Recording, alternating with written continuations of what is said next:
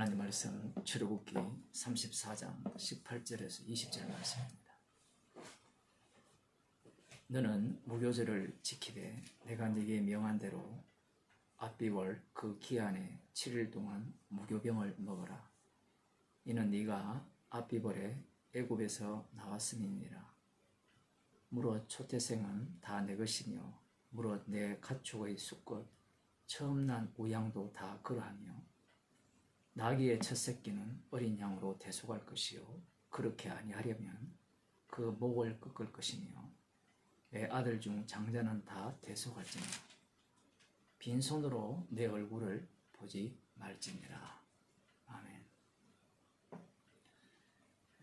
금송아지를 만들기 전에도 말씀하셨고 그 이후에 지금 두 번째 돌판을 만들어 올라오라고 하신 이후에 그 돌판에 하나님의 계명을 쓰시고 그와 함께 내려보내실 말씀이죠.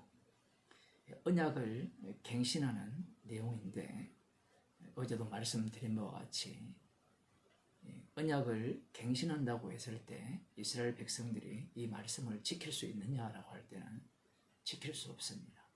그러면 우리들은 이렇게 생각할 수 있죠. 지킬 수도 없는 말씀을 왜 주시는가? 그래서 오늘날 교인들을 보면요, 말씀을 안 읽죠.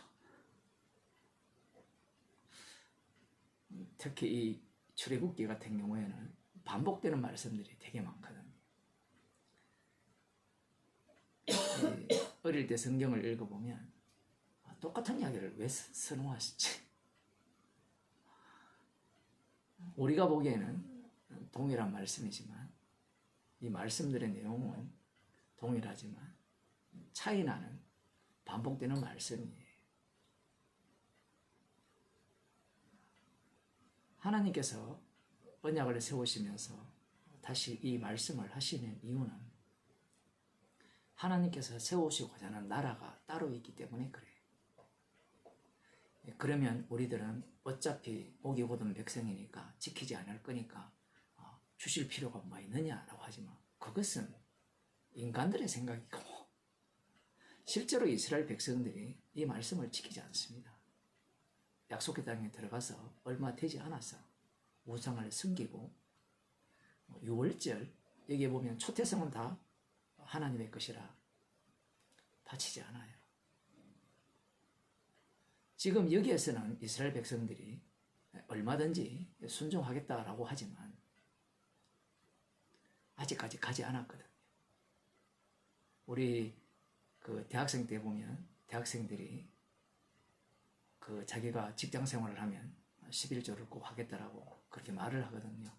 그래서 용돈 받아서 11조 생활을 했어요. 그런데 월급 받아보면 만만치 않거든요.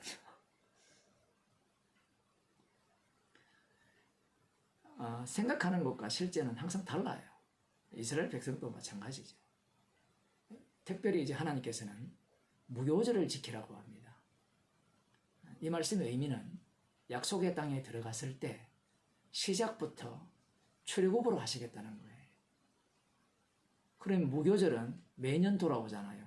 1월 14일이 6월절이니까 그 6월절 이후에 7일 동안 무교절을 지키게 되는데 이 무교절은 매년 돌아오게 되어 있거든요. 약속의 땅에 들어갔을 때부터 이스라엘을 하나님께서는 출애굽 사건의 현장으로 보시겠다라는 얘기입니다. 과거에 너희들이 애굽에서 나왔으니까 기억하여서 내 말을 들어라. 뭐 그런 말씀의 의미는 아니에요. 하나님께서는 이스라엘 백성들을 약속의 땅에 인도하신 이후에 그들을 통하여서 6월절 어린 양의 피를 증거하는 백성으로 삼으시겠다는 겁니다. 그래서 지금 하나님께서 압비월 그 기한에 7일 동안 무교병을 먹어라. 이는 네가 압비월에 애굽에서 나왔으니라. 이 말씀이 정말 어려운 게 무엇인가 하면요, 이 무교병은 맛없는 빵이거든요. 맛없는 빵을 누룩이 이렇게 넣지 않는 그 빵을 먹는 일은 자기가 죽음에 참여하는 것과 마찬가지입니다. 인간은 달콤한 빵을 원하잖아요. 맛있는 빵을 원하고. 약속의 땅에 들어갔는데 지금 출애굽을 할 때는 급히 나왔잖아요. 급히 나왔기 때문에 누룩을 발효시킨 빵을 준비할 수도 없었습니다. 그런데 약속의 땅에 들어갔을 때는 농사가 잘 되었어요. 급히 어디 갈 일도 없습니다. 그런데 누룩 없는 빵, 무교병을 먹어라. 이렇게 말씀을 하시는 거예요. 먹겠습니까? 뭐 제가 어릴 때는 뭐 소고기국 먹으면 참 맛있겠다, 좋겠다, 살밥에 이런 생각을 했습니다만 요즘 같은 애들은 피자 먹는 게 더 맛있죠. 누가 소고기국을 먹어요? 뭐 그런 것과 비슷하다고 볼 수 있습니다. 하나님께서는 그들이 이스라엘 백성들이 약속의 땅에 들어갔을 때 무교병을 먹을 수밖에 없는 상황을 만드셨다면 이 말씀을 지키는 자들로서 드러났을 수가 있습니다. 그런데 그렇지 않다라는 사실이에요. 그러니 무교병을 먹을 마음이 없죠. 이것은 단순히 무교절을 지키는 문제를 넘어서는 문제예요. 급하지도 않고 다급하지도 않고 맛있는 떡을 먹을 수 있는데 내가 굳이 어린 양의 죽음에 참여할 필요가 있느냐라는 겁니다. 그 다음 하시는 말씀이 초태생은 다 여호와 하나님의 것이라. 읽기는 쉬워요. 그런데 초태생이 태어나려면 내가 얼마나 고생을 해야 됩니까? 먹이고 관리하고 때로는 보호도 해야 되고 자기 수고의 대가예요. 초태생이. 그러면 그것이 누구의 것입니까? 만일에 내가 아무것도 하지 않아서 뭐 소가 새끼를 낳았다면 그것 정도는 뭐 드릴 수가 있어요.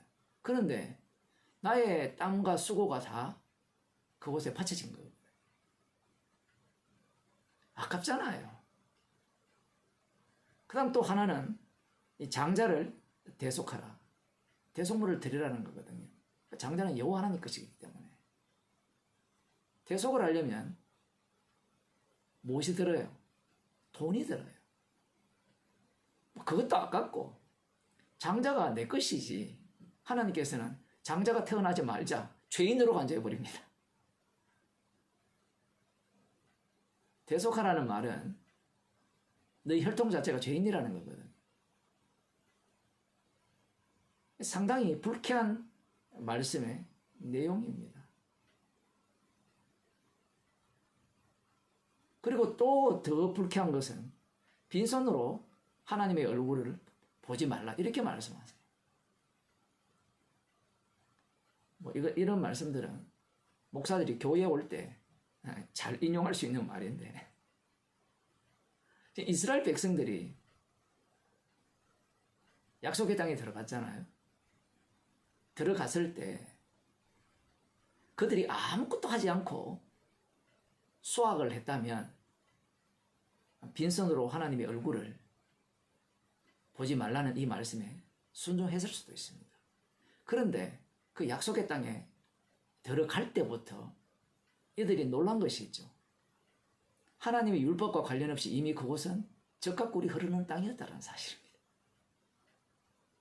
그러니 말씀을 지켜서 뭐 초태생이 태어나고 이 소들이 새끼를 낳고 말씀을 지켜서 이 땅의 수확이 이루어진다라는 것을 그들은 근본적으로 믿을 수가 없는 거예요. 만일에 그 땅이 자기들이 도착할 때쯤에 젖과 꿀이 흐르는 땅이 아니었다면 얼마든지 믿을 만하거든요. 마치 요즘 이스라엘 키부츠라고 합니까?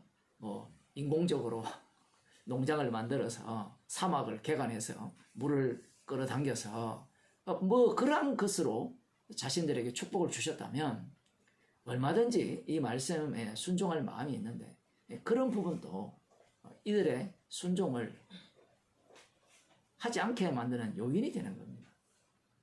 더 중요한 것은 약속의 땅에 들어갔을 때 먹고 놀아도 자동적으로 이 추수할 그 곡식들이 많아졌다면 얼마든지 그렇게 할 마음이 있지만 그렇지 않다라는 사실이에요. 지금 하나님께서 하시고자 하는 말씀은 이겁니다. 출애굽으로 너희들을 보겠다라는 거예요. 그러하다면 너희들은 애굽 땅 종되었던 곳에서 인도함을 받은, 구원함을 받은 자들이죠. 유월절 어린 양의 피로.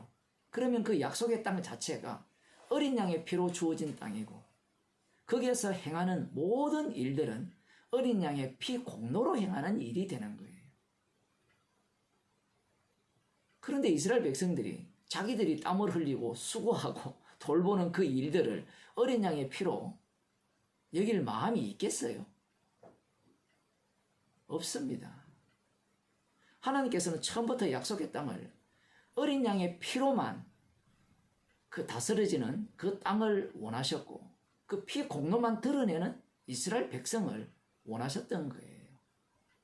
이 말씀을 들을 리가 없습니다. 오늘날로 말하면 예수님의 십자가의 피로 이 구원을 받았다라고 할 때 사람들은 이 십자가의 피를 어떤 식으로 이해를 하느냐? 그것은 자기 구원용으로 이해할 뿐이에요. 마태복음 26장을 한번 보겠습니다. 마태복음 26장을 보면 26절 28절입니다. 저희가 먹을 때에 예수께서 떡을 가지사 축복하시고 떼어 제자들을 주시며 가라사대 받아 먹으라 이것이 내 몸이니라 하시고 또 잔을 가지사 사례하시고 저희에게 주시며 가라사대 너희가 다 이것을 마시라 이것은 죄사함을 얻게 하려고 많은 사람을 위하여 흘리는 바 나의 피 곧 언약의 피니라. 예수님께서 언약의 피를 흘리시고 자기의 살을 떼어 주십니다. 예수님께서 자신의 피로 우리를 사망에서 생명으로 옮기시죠.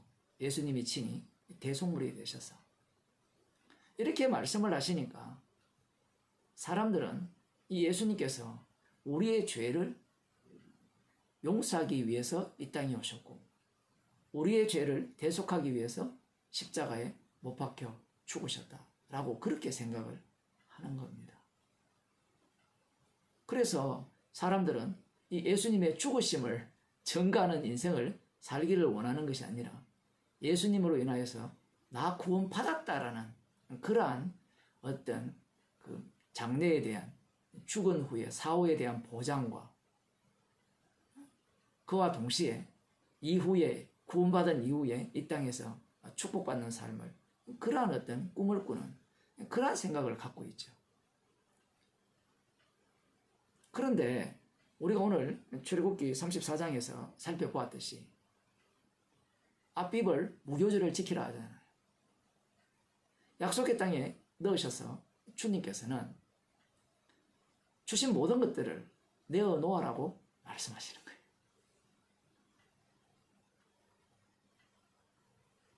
지금 예수님께서 살과 피를 주시면서 죄를 용서하시잖아요. 근데 죄를 용서하시는 방식이 어떤 방식인가 하면요. 원래 있던 나를 죽이시고 새로운 피조물을 만들어 버립니다. 그러면 원래 있던 나는 어떤 인간이냐라고 할 때는 이 제자들의 모습을 보게 되면 예수님을 따라다니면서 나를 위한 예수로 믿었고 따라다녔죠.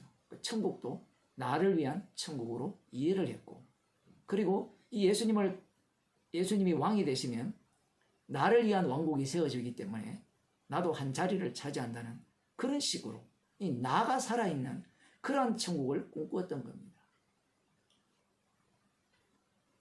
그러한 생각을 예수님의 죽으심을 목격하면서도 인간은 포기하지 않죠. 부활한 예수님을 봐도 소용이 없습니다. 그러한 그들이 성령을 받게 되니까 나라는 존재가 부인되어진다는 사실입니다. 이것은 사람의 힘으로 할 수 없는 일이에요. 그것이 바로 성령의 인도하심입니다. 사람이 자기를 부인하게 되면 나를 잊지를 못해요. 그런데 성령에 의해서 이 내가 부인이 되면 십자가를 자랑하게 돼요. 주님께서 자신의 살과 피를 내어 주셨죠. 우리를 위해서 피를 흘리셨잖아요. 피를 흘리신 이유는 피 흘리신 그분을 자랑케 하기 위해서, 그분의 피공로를 증거하기 위해서 피를 흘리셨다는 사실입니다. 그래서 생명을 주신 자기 백성으로부터 빼앗아요. 주님께서 사로잡힌 자를 사로잡고 하늘에 올라가실 때 우리에게 모든 선물을 주셨습니다. 뭐 주셨습니까? 이렇게 물으신다면 우리가 가진 모든 것들이 십자가의 피 공로로 주어진 선물입니다. 그 선물을 주님께서는 어떻게 사용하셨느냐라고 할 때는 뺏어갑니다. 사도행전을 보게 되면 성령 받은 자들이 빼앗기죠.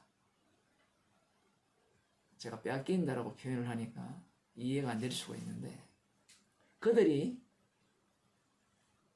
제 것을 하지 않는 그 모습이나 성령을 받은 이후에 자기의 목숨을 아끼지 않고 복음을 전하는 그 모습들이 주님에 의해서 빼앗기는 모습이라는 겁니다. 제가 왜 이렇게 빼앗긴다, 이 피동적인 그 용어를 쓰느냐라고 할 때는, 인간은 자신이 내어놓게 되면 아나니아와 삽비라 같은 그런 꼴을 보이게 되고요. 마술사 시몬 같은 그러한 모습을 보이게 된다는 사실입니다. 주님께서는 자신의 목숨을 대속물로 내어주셔서 우리의 인생을 그 죽으심을 증거하는 인생으로 살게 하기 위해서 지금도 주시고 뺏으시고 또 주시고 뺏으시는 겁니다. 그 마지막은 우리의 육체가 죽는 거예요. 그것이 왜 귀하냐라고 할 때는 이미 그리스도 안에서 함께 죽었고 대신 죽은 분을 증거하는 죽음이기 때문에 그렇습니다. 기도하시겠습니다. 하나님 아버지, 저희들에게 성령을 주셔서 생명의 길로 인도하시는 이유가 날마다 나를 부인하고 십자가 지신 주님만을 자랑케 하시기 위함임을 오늘 또 말씀을 통하여 들려주심을 감사드립니다. 날마다 주께서 나를 부인시키시고 십자가만 자랑케 하는 현장으로 이끌게 하기 위해서 오늘 하루도 나의 것을 주께서 친히 뺏어가셔서 주님의 피 공로만을 증거하는 증인으로 삼아주심을 감사하는 주의 백성으로 살게 하여 주옵소서. 예수님 이름으로 기도드리옵나이다.